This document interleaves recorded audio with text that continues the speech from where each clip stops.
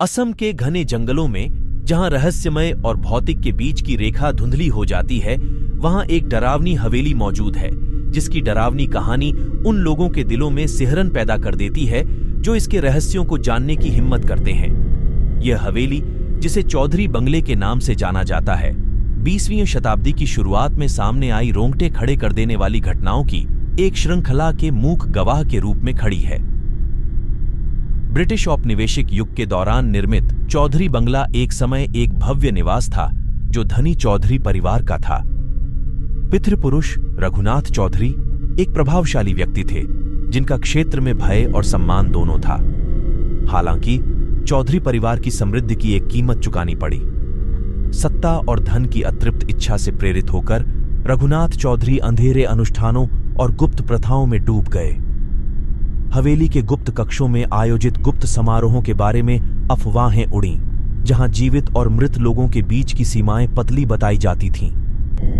निर्णायक मोड़ तब आया जब रघुनाथ ने अपने लाभ के लिए अलौकिक शक्तियों का उपयोग करने के उद्देश्य से एक निषिद्ध अनुष्ठान का प्रयास किया।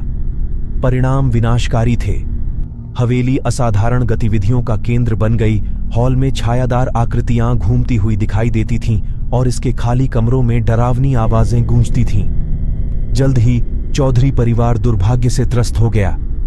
सदस्य बिना किसी निशान के गायब हो गए और जो बचे थे वे अज्ञात बीमारियों से पीड़ित थे।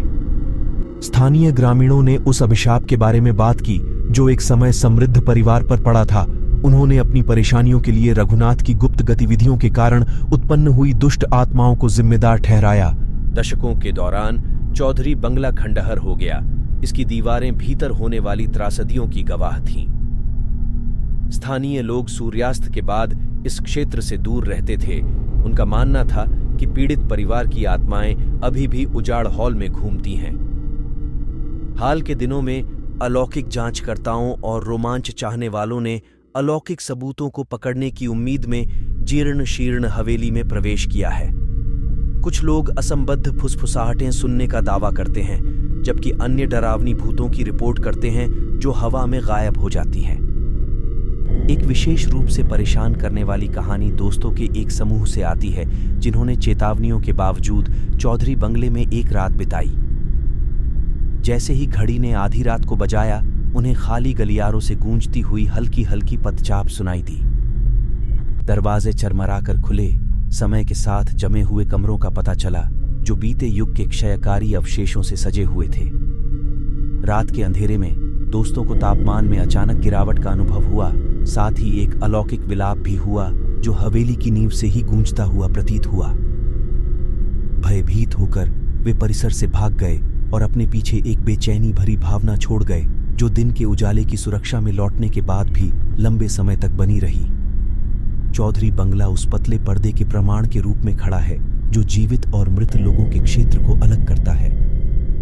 इसके प्रेतवाधित हॉल अतीत के पापों से कलंकित एक भयावह अनुस्मारक के रूप में कार्य करते हैं कि कुछ कहानियों को अनकहा छोड़ देना बेहतर है और कुछ स्थानों को आबादित छोड़ देना बेहतर है।